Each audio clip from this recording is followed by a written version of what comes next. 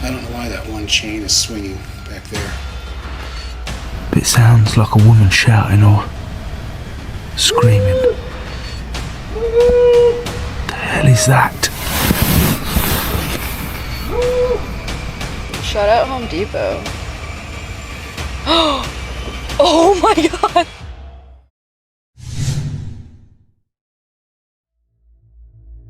Carl is the creator behind Welcome to the Woods UK, a YouTube channel where he documents outdoor adventures, camping trips, hunting, and survival challenges.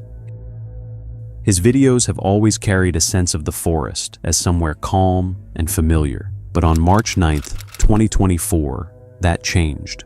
While out in his woodland, Carl picked up on something that felt wrong. He let it go at first, assuming it was nothing. Then he found that one of his trail cameras had vanished completely. No damage, no sign it had been knocked loose, no natural explanation for where it had gone. The camera was simply missing, mounting strap and all. Whatever had taken it had moved through his woodland without triggering anything, and it had done so deliberately. That realization sat with Carl in a way that didn't go away. The forest he knew didn't feel empty anymore.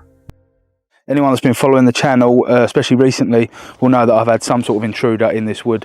I'm on the south side of the property today at the furthest point. I've been through the woodland checking on my trail cams. Last week I did have one trail cam go missing.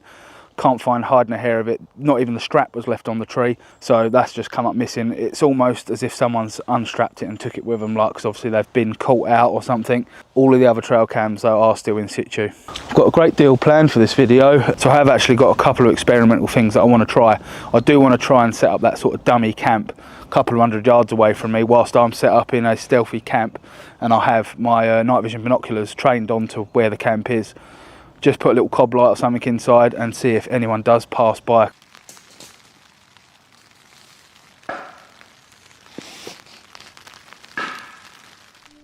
With no intention of leaving it alone, Carl changed his approach and began surveying the woodland from the air using a drone. For days, the footage showed nothing unusual. The trees were still, the ground looked undisturbed, and there was nothing obvious to point to. But the sense of being watched never left him. Then, nearly 2 weeks into the search, the drone picked up something that moved the situation from unease into something closer to fear. So for the last 2.5 weeks, I have been using my drone for aerial surveillance on this. Might sound funny, but it can actually cover a big area, and it can see a lot wider vision than what I can be in the woods on the floor. So I've been using that. 2.5 weeks in, I did catch something that did catch my attention.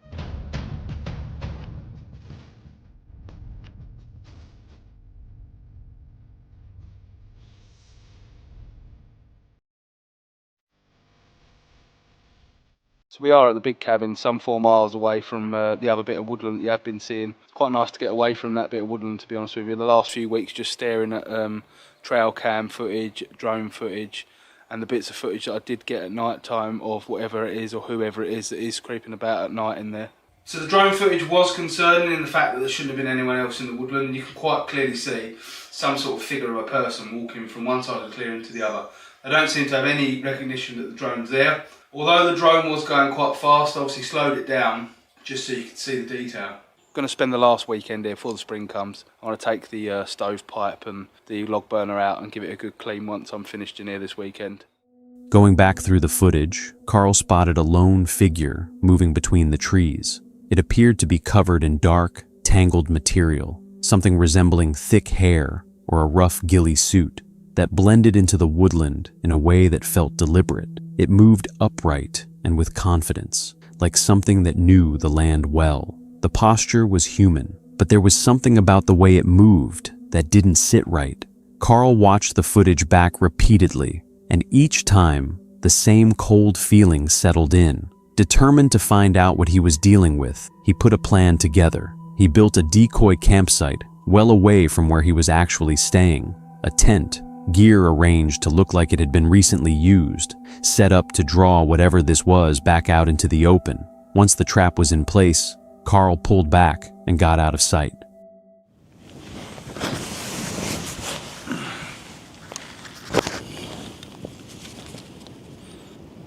Don't know if you can see it, but just against that tree that's out there in the opening. That is the decoy camp. I'll show you exactly where we are with an arrow. As you can see, once you're shut inside, it is quite cosy. This is just a test on the decoy, which is a good 120 yards off the edge of the woodland. So that tree is 97 yards. Keep getting false readings from the laser on the rangefinder hitting the grass. So behind this decoy setup here is the east part of our woodland where the new cabin's being built, and we've got plenty of clearing here to see if anyone comes around. I'm going to put a cob light inside and turn it on just as it gets dark, so as it acts as a bit of an attractor. That wind's getting up. In the event that we are successful, I will hit record on the night vision binoculars. I'll also light that area up with a high powered torch that I've got. He watched the decoy camp through the night using night vision equipment, keeping eyes on it as the woods went dark and silent around him. If that was a stick that's fallen out of that tree or something was thrown. I'll have to replay the footage, but I'm not sure whether a branch fell out of the tree or something was thrown at that.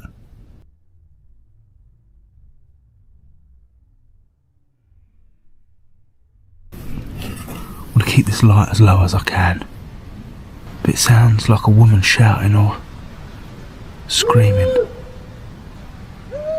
Jesus. Jesus. The hell is that? What the hell is that? Switch over to night vision, 1 second.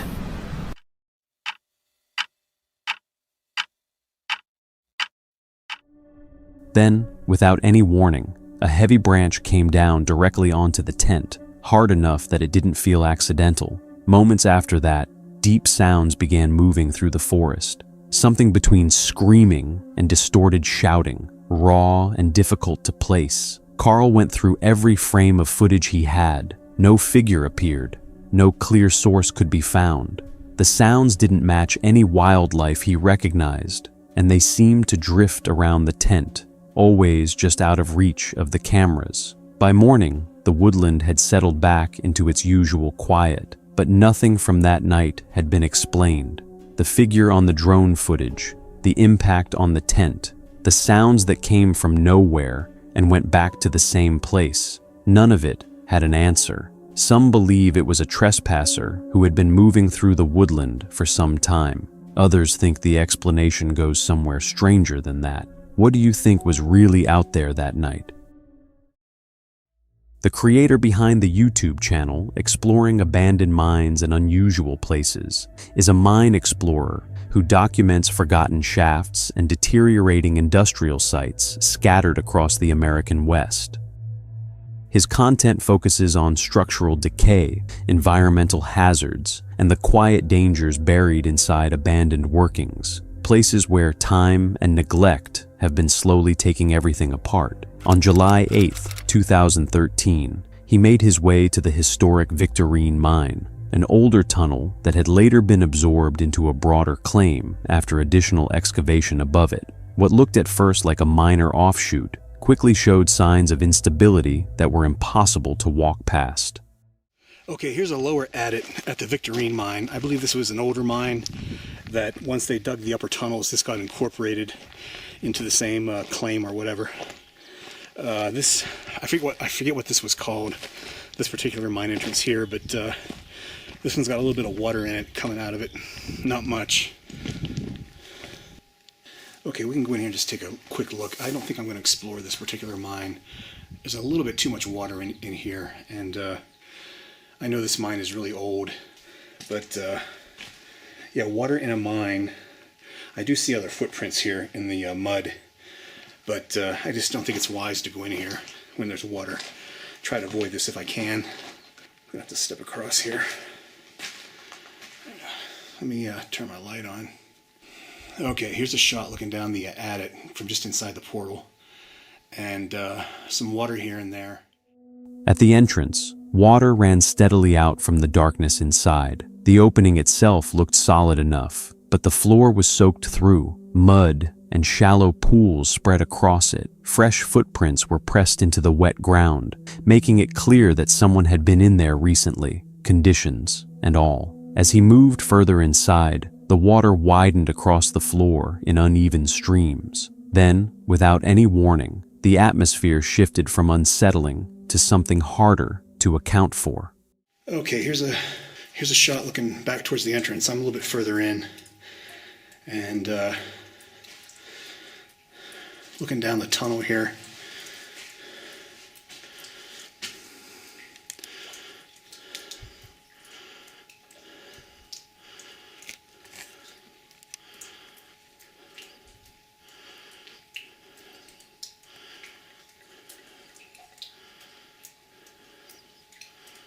I don't know why that one chain is swinging back there. Don't know if you can see that in the video or not.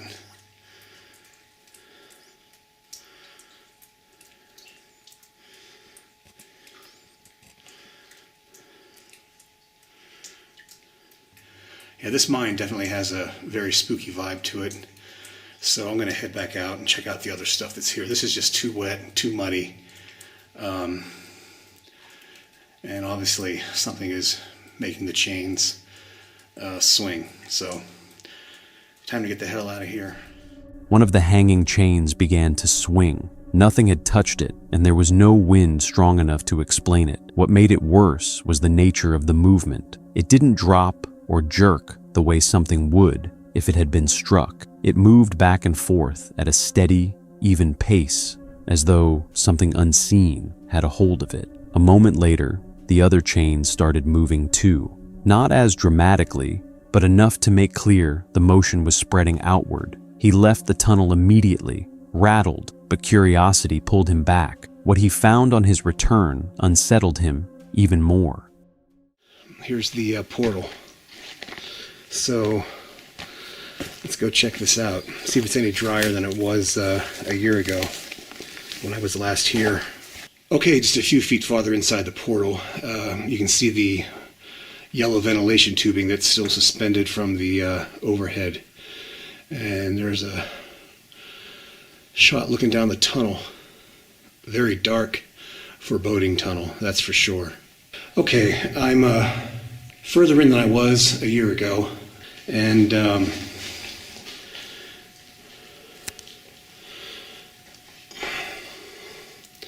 that's how far I've come. This tunnel, the Horton Mine, was actually built, I did some research on this a few months ago, and this tunnel was dug in the late 1970s or early 80s, and it was used as a conveyor tunnel to get the ore out from the Victorine Mine that's about 900 feet higher on the mountain.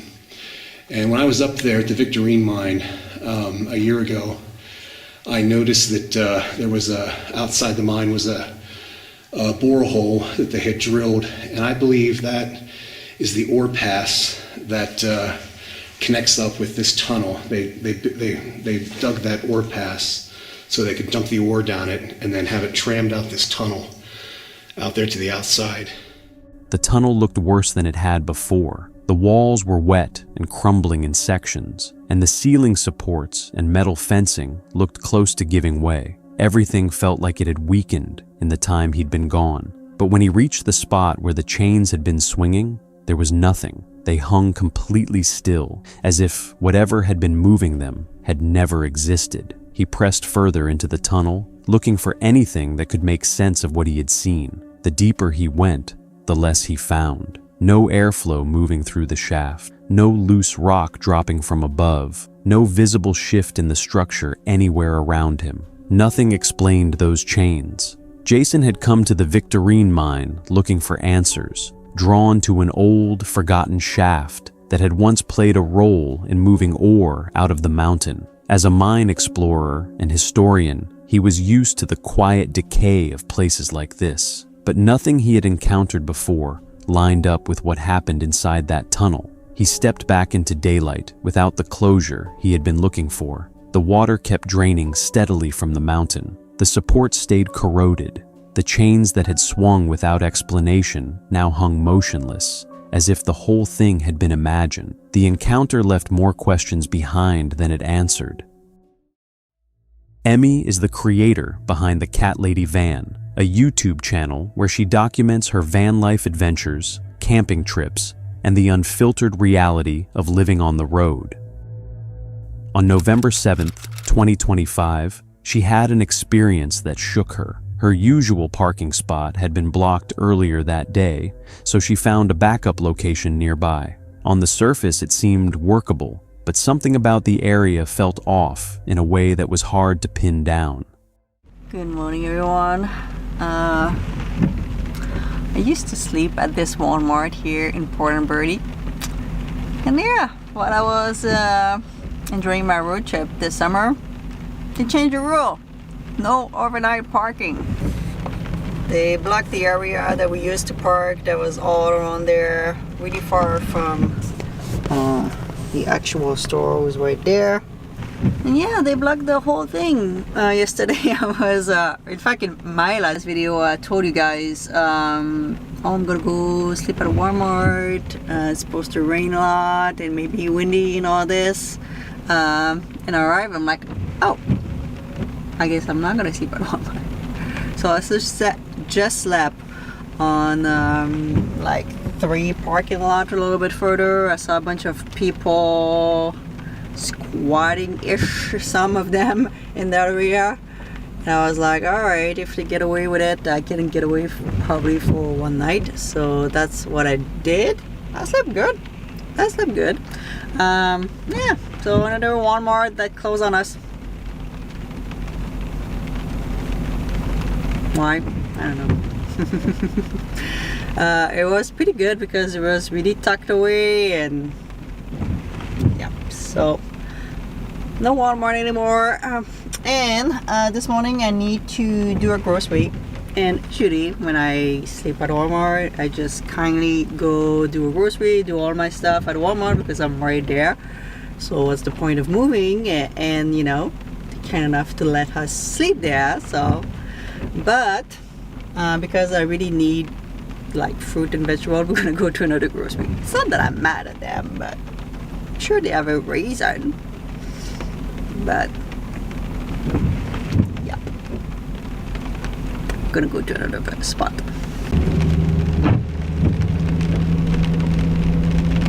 So we're gonna go to the no-name place. Trusting that feeling, Emmy decided to move again and find somewhere different for the night. She ran her grocery errands first, made sure she had what she needed, then drove to the new location. Pulling up to it, the spot looked good, quiet, tucked away from any noise or foot traffic. So I arrived probably an hour ago now. The air has been on. It's windy, cold. Like, no way that I'm going outside. No way. So yeah, I win. I like rainfall, all the things at once. So I think Kelly's got the best way to spend the day. She parked the van as wind moved through the trees and rain tapped lightly against the roof, giving the whole place a calm, almost peaceful feel. Night came in and she settled down, expecting a quiet evening. Then, in the middle of the night, something tore straight through that quiet. Sudden sharp sounds snapped her awake, heart immediately racing, senses firing all at once.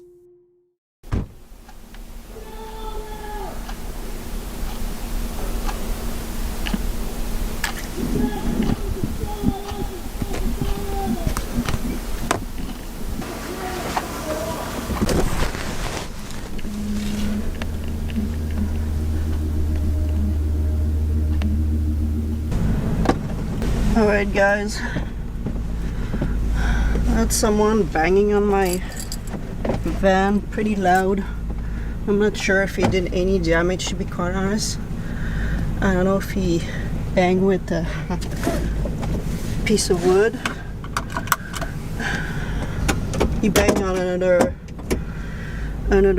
van too. I'm gonna move. So just to explain a little bit the situation, so a man who was just walking the street banged on my van, and the van behind me was a camper van, and we ended up following each other for a little bit just down the road. I went outside to make sure that the person was alright, nothing was damaged on their van. So it's so funny, the other lady is a subscriber. I didn't know it was a lady, and I didn't know she was a subscriber, so we just talked. She said that she's alright, she just wanna leave the area just in case that he's coming back. So we're gonna drive together to another spot. We're just gonna go at the rest area a little bit further down the road. I mean, we're leaving the town to be honest. It's just gonna be she said that happened another time to her, and the last time the guy went in the wood and he was banging on the van like quite a lot, and he said something around like, I'm gonna destroy your van. So she's like, oh, this is the time to move. I'm like, yeah. So used to be a quiet place.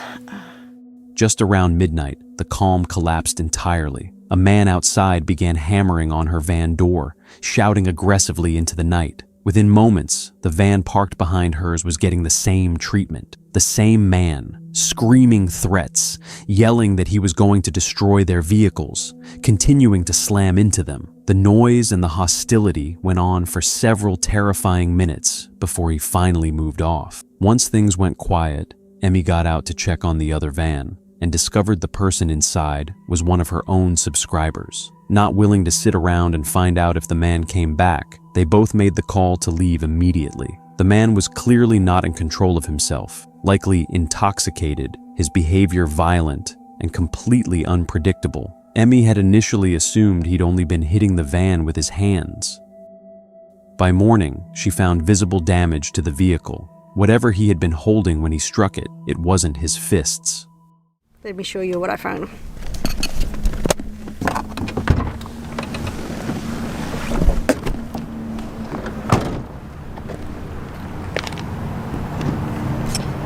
Beautiful damage on my van. I knew when he banged on my van it would sound pretty loud. I thought I was in the back, that's why I was looking in the back there. And I didn't know if he had a stick, that's why I said on my video. But I think he probably had a rock and when he banged on my van, because yeah, this looked like quite a big dent. Unfortunately, I'm kind of pissed, to be honest, guys. In the daylight, the dent on her van made it plain. He had been swinging something solid, and the thing that made the whole situation harder to shake was the state he had been in. Someone who has lost that kind of grip on themselves is unpredictable in a way that's genuinely dangerous. No one in a clear state of mind wanders through a car park in the middle of the night, banging on strangers' vehicles and screaming about destroying them. It was obvious, looking back, how much worse it could have gone. If Emmy or the other camper had stepped outside at the wrong moment, or if either van had been unlocked, the night could have ended very differently. This is the kind of experience that cuts through any illusion that the main threat out there is wildlife. More often than not, it's people, unpredictable, unstable, or worse, who pose the real danger. Emmy trusted her instincts. They got out together and both walked away safe. Exploring with Owen is a channel focused on adventure, ranging from urban exploration and wilderness camping to occasional encounters in remote or abandoned locations. Most of the time, his content centers on the journey itself. But when you spend enough time in isolated places, unexpected situations can arise. Tonight, I'm going to be camping overnight in the forest by myself. As you can see, I'm still packing my stuff. I have my clothing in here, I have an air mattress and a lantern in this backpack, and I've got my power bank charging right here. And over here, I have my tent and my blankets. From the beginning of this trip, something felt unusual. Owen heard a loud crash in the distance, similar to the sound of a tree falling, yet he couldn't see what had caused it.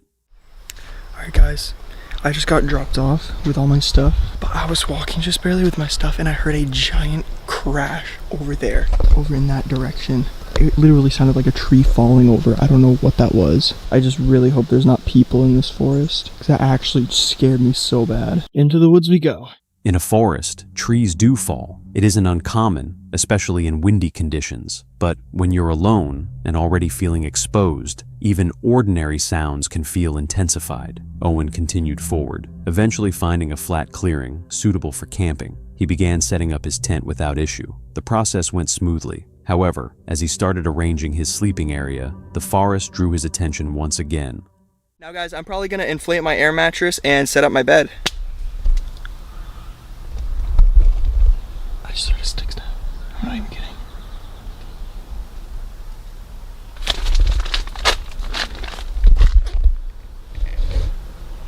It came from like over that way.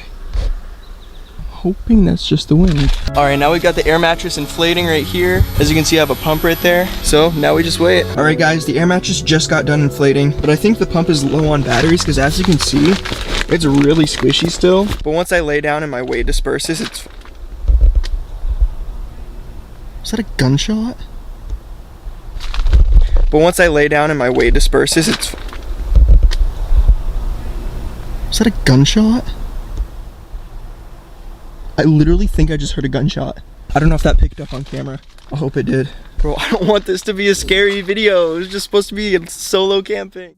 A gunshot echoed through the area. Hearing a gunshot in an isolated forest while camping alone is not something anyone expects. Still, Owen attempted to remain calm and continue with his plans. He finished preparing his bed, ate a meal of spaghetti and meatballs with baked beans, and tried to settle down for the evening. At approximately 9:20 p.m., he decided to turn in for the night and watched YouTube videos before going to sleep. At around 2 a.m., the situation changed.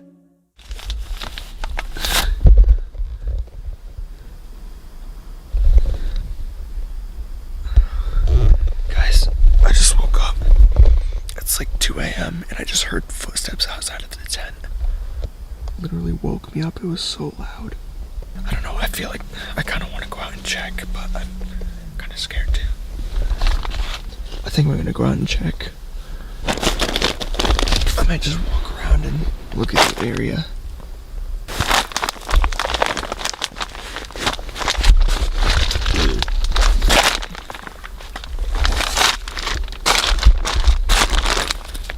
It is so dark out.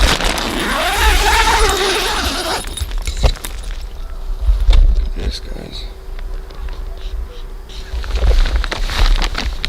I can't even see a thing on camera. It's so dark. Let me see if my phone flashlight's better. I think that's a little better. There we go. Yeah, that's definitely better. I'm just gonna use my phone flashlight. You know what? I'll use both. The footsteps came from like over here.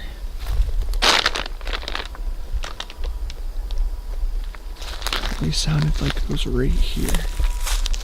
My tent is right there. Wait, guys, what is this? There's some sort of marking on the tree. It's kind of creepy. I wonder what that's for. It's so creepy over here, over this way. I'm gonna just walk around for a minute though, I guess. After hearing unusual activity, he briefly stepped outside to investigate, but found nothing definitive.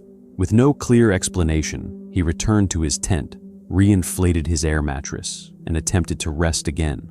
Shortly after, another sound emerged. Hello?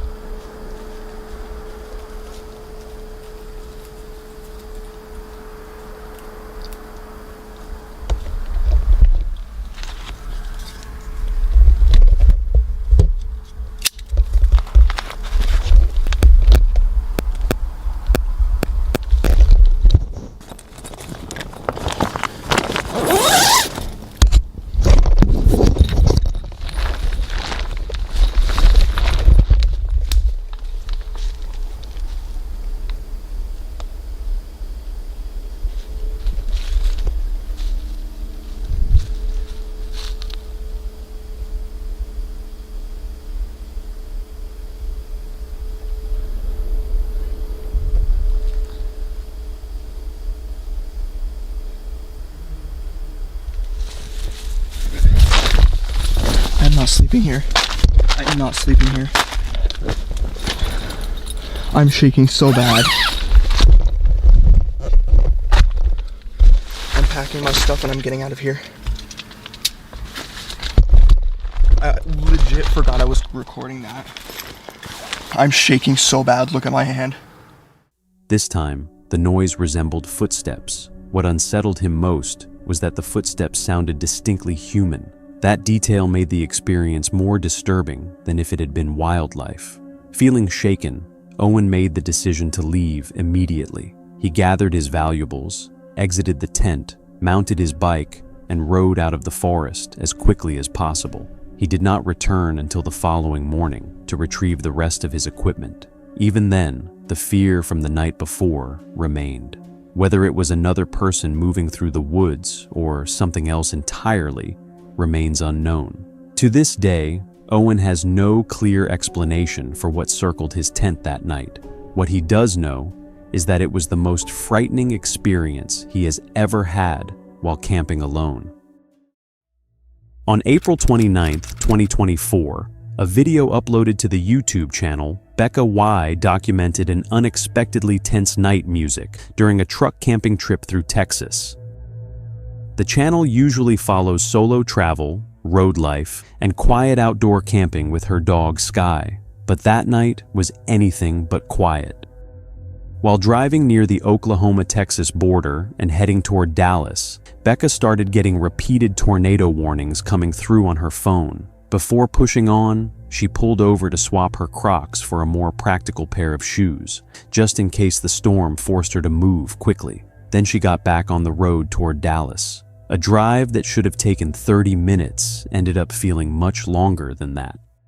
I didn't bring my cameras with when I arrived to Dallas after, it was almost an hour and a half drive that was only supposed to be 30 minutes. I lost count of the amount of accidents that I saw because of the flooding on the highways. People were hitting the puddles and then crashing, and it was like not self-inflicted car accidents, but it wasn't like two cars hitting each other like a normal accident. People were just crashing from big gust of wind, and they were just hitting the guardrail, and I saw so many. Again, I lost count. We are in a 3 out of 5 area zone, which means we have a pretty good chance of getting a tornado tonight into tomorrow morning. Heavy rain had settled across the highway, making it genuinely difficult for vehicles to hold their lane. As some drivers were visibly struggling, and accidents had started appearing along the route. As conditions kept deteriorating, she made the call to stop for the night in a Walmart parking lot in Dallas. The wind was already picking up, so she stayed inside the truck rather than attempt to set up the roof tent. The space was tight, but she tried to keep things as normal as she could, cooking a simple meal of steak and asparagus, though the storm hammering outside made it hard to settle. Can you guys hear that over the fans? Holy crap.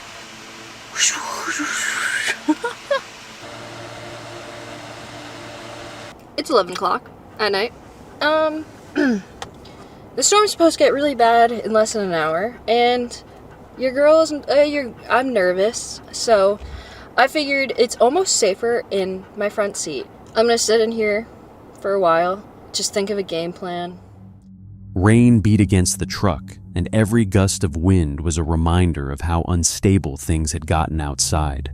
Later in the night, she decided to move again. We got some lightning.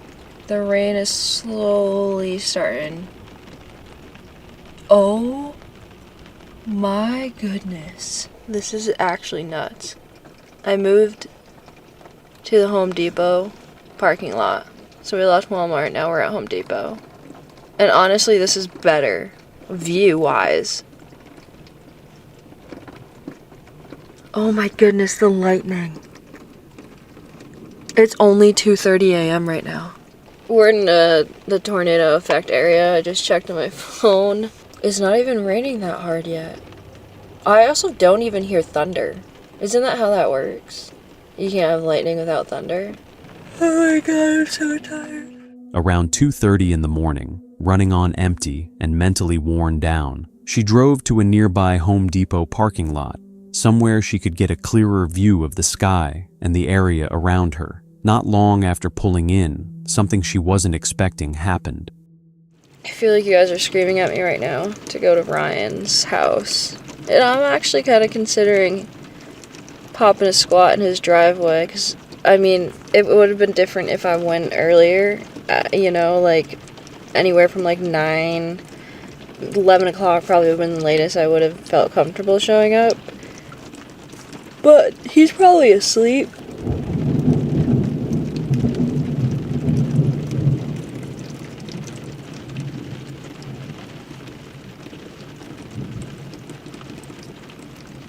We gotta go. This is stupid.